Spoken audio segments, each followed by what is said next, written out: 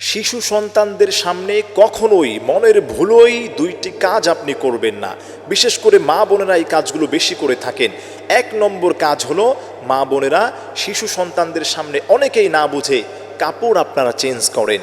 দেখা যায় যে মনে করি আমরা যে না, আমার সন্তানটা তো ছোট, তার বয়স হচ্ছে 2 বছর, বয়স হয়েছে 3 বছর, 4 বছর, 5 বছর, অনেকেও তো 10 বছর 12 বছরের বাচ্চার সামনেও কাপড় চেঞ্জ করে।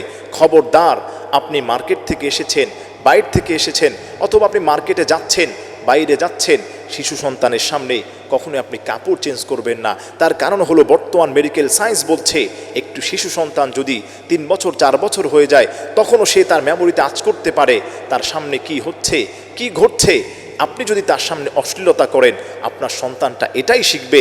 এর কারণে আপনার সন্তানটা মারাত্মক লেভেলের ভয়ানক ধরনের সেই খারাপির মধ্যে লিপ্ত হয়ে যেতে পারে। এজন্য খবরদার প্রিয় মা বোনেরা, সন্তানের সামনে কখনোই কাপড় চেঞ্জ করবেন না। নাম্বার 2 নম্বর যেই কাজটি আপনার শিশু সন্তানের সামনে কখনোই করবেন না, সেই কাজটি হলো, স্বামী এবং স্ত্রী সন্তানের সামনে ঝগড়া করবেন না, খারাপ শব্দ ইউজ করবেন না, খারাপ ধরনের কোনো ওয়ার্ড তাদের সামনে ইউজ করবেন না।